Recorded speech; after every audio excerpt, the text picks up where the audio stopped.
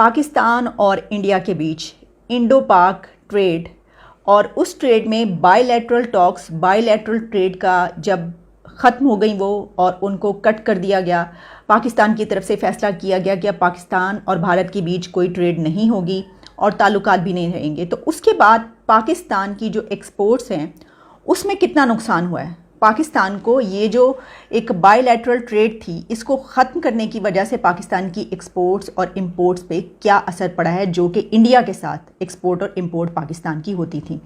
इस सिलसिले में स्टेट बैंक ऑफ पाकिस्तान ने एक डेटा जारी किया है और इस डेटा में सिर्फ यही नहीं बल्कि इसके हवाले से बहुत सी दूसरे कंट्रीज़ जो हैं उनके भी तमाम फैक्ट्स एंड फिगर्स शामिल हैं, तमाम आदाद शुमार शामिल किए गए हैं कि कौन से कंट्री के साथ एक्सपोर्ट कैसी पाकिस्तान की इस वक्त, पहले कैसी थी।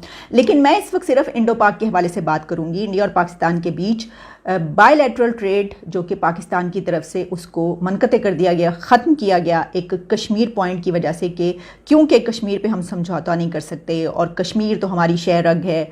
और हमें याद है कुछ अर्सा पहले ये हुआ, अचानक से ये भी हुआ कि ये हुकूमत जो है ये अब बायलैटरल ट्रेड को स्टार्ट कर रही है और उसका आगाज़ कर देगी। और बल्कि प्राइम मिनिस्टर इमरान खान की तरफ से यहाँ से एक ट्वीट गई, फिर उधर से भी मेरा ख्याल है कि पीएम मोदी की तरफ से एक ट्वीट इस तरह की आई। लेकिन उसके बाद ये सब इंतज़ार में थे कि अब कैबिनेट में डिसीजन होगा और फिर ये देखा जाएगा। लेकिन फैसला क्या हुआ कि नहीं, हम बायलैटरल ट्रेड शुरू नहीं कर सकते, ये जो है ये इसी तरह रहेंगी और बिल्कुल हमारी कोई ट्रेड नहीं होगी। और इसकी वजह यह कि जब तक वहाँ पर 370 का फैसला वापस नहीं लिया जाता तब तक हम अपनी ट्रेड स्टार्ट नहीं करेंगे। तो मैं आपको अब ये बताना चाहती हूँ कि इस एक फ़ैसले की वजह से, इस ज़िद की वजह से पाकिस्तान की एक्सपोर्ट्स को, जो कि पाकिस्तान का सामान भारत जाता था, उसमें कितना नुकसान हुआ है।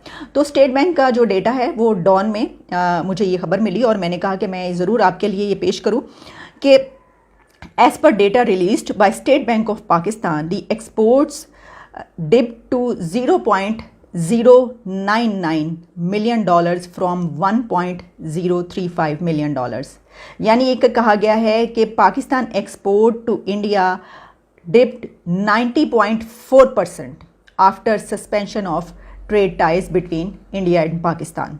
तो इसका मतलब ये हुआ कि 90% पाकिस्तान को नुकसान हुआ अपनी एक्सपोर्ट्स में, जो कि पहले एक तो हमारी एक्सपोर्ट्स हम जानती हैं कि कितने थोड़ी सी तो हैं, हम मुकाबला तो करते हैं इंडिया से, हम बांग्लादेश से, बल्कि हम तो सुपर पावर से भी मुकाबला करने पर आ जाते हैं। हम तो कहते हैं कि पूरी दुनिया हमारे सामने चीज़ क्या है।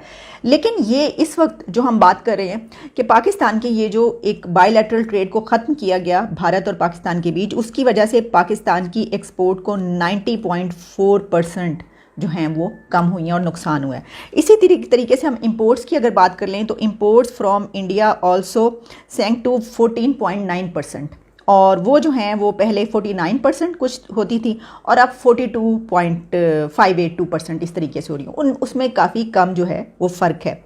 लेकिन जो एक्सपोर्ट थी हमारी वो 90% कम हुई हैं। तो देखिए इसका नुकसान किसको हो रहा है। इसका नुकसान जो है वो आवाम को हो रहा है, लोगों को हो रहा है।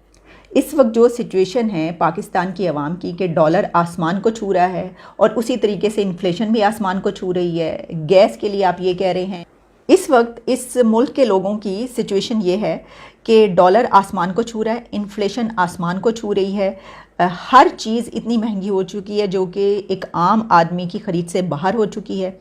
और उसके अलावा जो हमारे नेचुरल रिसोर्सेज हैं जो हमेशा से इस्तेमाल करते चले आ रहे हैं उन पे भी अब ये हो गया कि जी गैस की भी लोड शेडिंग होगी, बिजली की, हर चीज़ की तो होती ही थी, अब इन चीज़ों की भी हुआ करेगी। यानी हर चीज़ जो ज़िंदा रहने के लिए ज़रूरी चीज़ें हैं वो पाकिस्तान के आवाम के पास से जो हैं वो दूर होती चली जा रही हैं। तो इस मौके पर भी हम ये नहीं सोच रहे कि हम कुछ अपनी ट्रेड के बारे में सोच लें या हम जो हमारी एक्सपोर्ट में इतनी कमी आ गई है हम उसको बढ़ाने के लिए जो कुछ कर लें, लेकिन हमने अपने एजेंडे पर चलना है। और जाहिर है कि इसमें किसका क्या मफाद है, पॉलिटिकल पार्टीज़, पॉलिटिशियंस इस चीज़ को कैसे लेते हैं, उन्होंने आगे इलेक्शन में जाना होता है, किसी ना किसी नारे पर इलेक्शन लड़ना होता है, ये सब चीज़ें जो है मद्देनज़र रहती हैं और आवाम बेवकूफ़ नहीं होती, उसको इन सब चीज़ों का पता होता है।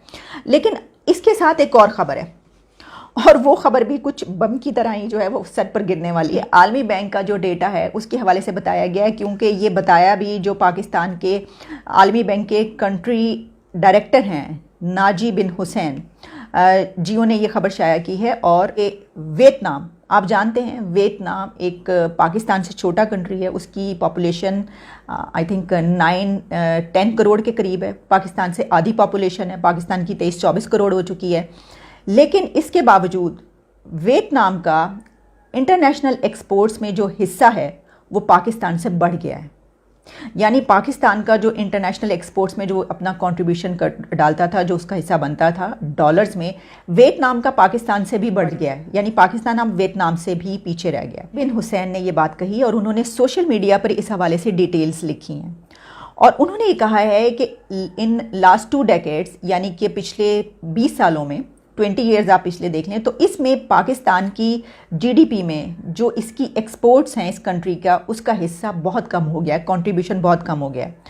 और उनका यही कहना था कि वियतनाम जैसा छोटा सा मुल्क जो है उसका इंटरनेशनल मार्केट में जो एक्सपोर्ट्स हैं उसकी वो पाकिस्तान से बढ़ गई हैं, वो उसका कंट्रीब्यूशन ज़्यादा है पाकिस्तान से। इसमें उन्होंने कुछ डेटा भी बताया, कुछ कैलकुलेशंस भी की, जिसमें उनका ये कहना था कि पाकिस्तान का अगर टोटल जीडीपी देख लिया जाए तो उसमें एक्सपोर्ट्स जो पाकिस्तान को कंट्रीब्यूट करती हैं वो सन 2000 में, भाई मैंने कहा कि 2 डेकेड्स जब आप पीछे जाएंगे तो 2000 में 16% था पाकिस्तान का वो कंट्रीब्यूशन। लेकिन 2020 में यानी कि 20 साल के बाद अब उसको बहुत बढ़ जाना चाहिए था, लेकिन वो कम होकर 16% से 10% रह गया। इंटरनेशनल मार्केट में पाकिस्तान की एक्सपोर्ट्स के बारे में बात हो रही है ये, अब वो 10% रह गया। और इसका मतलब ये हुआ कि इंटरनेशनल मार्केट यानी कि आलमी मंडी में पाकिस्तानी बरामदात जो हैं, एक्सपोर्ट्स जो हैं, उनका शेयर बहुत तेज़ी से कम हो रहा है।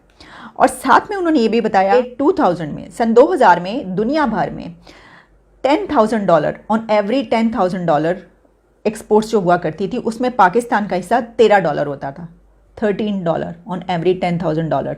और 20 साल के बाद अब, ठीक है, तो 20 साल पहले $13 था, तो अब 20 साल के बाद तो वो एक्सपोर्ट्स बहुत ऊपर जानी चाहिए थी, हमारा हिस्सा बहुत ऊपर चले जाना चाहिए था, लेकिन वो $13 से कम होकर $11 रह गया। अब हम $11 पे आ गए हैं। और यानी ये कि इन 20 सालों में हमने बढ़ाया नहीं बल्कि हमने कम किया। चलें, मैं तो कहती हूँ यही शुक्र करें कि सिर्फ 2% कम हुआ है, इस पे भी जो है वो गुजारा कर लें, इसी तरह फिर सोचना पड़ेगा। अच्छा, इसी तरीके से हम वियतनाम का भी ये वाला कंपैरिजन कर लेते हैं कि वियतनाम ने किस तरीके से तरक्की की है। उसमें बताया गया है कि 2000 में यानी कि वही 20 ईयर्स बैक अगर आप चले जाएँ तो ऑन एवरी $10,000 इंटरनेशनल एक्सपोर्ट्स में वियतनाम का हिस्सा $21 था, $21। और अब 2020 में वियतनाम का कंट्रीब्यूशन इंटरनेशनल एक्सपोर्ट्स में $127 है। ये चीज़ हमें ये बता रही है कि आपने तरक्की करनी हो तो आप तरक्की करते हैं, उसके लिए सबसे बड़ी चीज़ ये होती है कि आपकी जो प्रेफरेंस है वो आवाम हो, वो लोग हों, और वो ये हो कि हमने तरक्की करनी, हमने आगे बढ़ना है। हम ये सिर्फ बातों से तरक्की करते हैं, हम कहते हैं कि हम ये हैं, हमारी डींगें बहुत बड़ी बड़ी होती हैं, हम बहुत ज़्यादा ऊंचे जो हैं वो अपने आप को समझते हैं। हम कहते हैं कि हमारा तो कंपैरिजन अमेरिका से करें जी, हम अमेरिका की ज़रूरत हैं, उसके बगैर वो हमारे बगैर नहीं रह सकता। हम इंडिया जो है वो कहाँ जी, हम तो उससे बहुत अच्छे हैं, मतलब कि कोई कंपैरिजन ही नहीं है।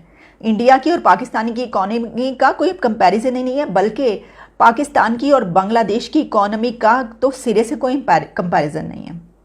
मैं देख रही थी, ब्लूमबर्ग की एक रिपोर्ट आई हुई थी कि बांग्लादेश किस तरीके से कितना आगे चला गया इन तमाम कंट्रीज से, इस रीजन की उसमें एक्सपोर्ट्स में और ट्रेड में और तरक्की में। लेकिन हमारी वही फैंटेसीज़, हम उसमें रहते हैं कि हमने तो पूरी दुनिया पर हुकूमत करनी है, हमारे जैसी कौम कौन है, हमारे जैसा मुल्क कौन है। और चलिए इन चीज़ों को भी छोड़ दीजिए, ये होता है, कमज़ोरियाँ वीकनेसेस होती हैं कि हर नेशन में कोई ना कोई, अब क्या करें, इस पर हम अक्सर ही बात करते लेते हैं। लेकिन मैं बात इस पर करूँगी कि इस वक्त हुकूमत ये जानती है कि क्या सिचुएशन है पाकिस्तान की, किस बुरे हालों को है, इकॉनमी जो है वो कहाँ ज़मीन पर ढेर हुई है और आवाम को कितनी मुश्किलात का सामना करना पड़ रहा है। और जाहिर है कि ये सारा जो बैकलैश है वो हुकूमत पे आता है। लेकिन इसके बावजूद आप एक वो जो ज़िद पकड़ते हैं कि चलें ठीक है, आप इंडिया से ही ट्रेड स्टार्ट कर दें, आप ये फैसला ही कर लें। देखिए, जिन चीज़ों की आपको इंडिया से ज़रूरत होती है वो आप ले लेते हैं। मेडिसिन की आपको पता है कि आपको इंडिया से मिलेंगी कहीं और, तो आप इंडिया की तरफ भागते हैं, इंडिया से आप मेडिसिन लेते हैं। अभी नारा आपका ये है, लोगों को ये बता रखा है कि इंडिया से हमने कश्मीर की वजह से जो है वो तमाम हमारी ट्रेड जो है बंद है, मेडिसिन आप ले रहे हैं। आपको ज़रूरत पड़े तो आप उनसे कोविड की जो है वो वैक्सीन भी लें। और अब तो देखिए ना कितनी हम बातें बनाते हैं, आखिर भारत ने वैक्सीन अपनी बना ली, WHO ने अप्रूव कर दी उसकी वैक्सीन, हम वहीं के वहीं खड़े हैं। हमारी बातें हम आसमानों की छू रही होती हैं, हम ये सब कुछ बहुत ज़्यादा कह रहे होते हैं, लेकिन आप जब एक रियलिटी में आते हैं, ख्वाब की दुनिया से आप आँख खोलते हैं जब हकीकत की दुनिया में, तो आपको पता चलता है कि आप कहाँ स्टैंड कर रहे हैं। क्योंकि ये सब कुछ कि कौन अपने बारे में क्या सोचता है, इस बिना पर दुनिया में कंट्रीज़ नहीं चलते, बल्कि इस बिना पर चलते हैं कि आपने कितना कमाया है, आपकी एक्सपोर्ट्स कितनी है, आपकी इंपोर्ट्स कितनी है, आपकी GDP ग्रोथ क्या है, आपकी स्ट्रेंथ्स क्या हैं, और आप अपने मुल्क को किस तरीके से आगे लेकर गए हैं। तो देखिए हमारे आसपास के नेबरिंग कंट्रीज सारे देख लीजिए कहाँ पहुँचे हैं भाई इस वक्त, हर शोबे में, हर जगह पर, लेकिन हम वहीं पर खड़े हैं। तो मैं इस वक्त जो है ना वो सिर्फ इस पॉइंट पर बात करना चाहूँगी कि देखिए ये जो ट्रेड होती है, हम हमेशा ये कहते हैं कि जहाँ एक तरफ मेरा स्टैंड ये होता है कि जो हथियार हैं वो दोनों कंट्रीज़ को जो है, बल्कि पूरी दुनिया में हथियारों पर पाबंदी होनी चाहिए, ताकि आइंदा आने वाली दुनिया जो है वो तबाही की तरफ ना जाए। जितने ज़्यादा हम पूरी दुनिया हथियार खरीद रही है, एक ना एक दिन इन हथियारों ने चलना है एक दूसरे पर, दुनिया ने तबाह होना है। ये बात तो लिखी गई है, अल्टीमेट है। और इसी वजह से कि कुछ लोग हैं जो कहते हैं कि नहीं इस तरह ना करें। इसी तरीके से मैं ये कहती हूँ कि जो ट्रेड है पाकिस्तान और भारत के बीच, इंडो पाक के बीच जो ट्रेड है, वो जब ख़त्म होती है बायलैटरल ट्रेड, तो उसका नुकसान पाकिस्तान को होता है। भारत को उसका नुकसान वो शायद उसको पता भी ना चलता हो, इतना हिस्सा है उसका इसमें।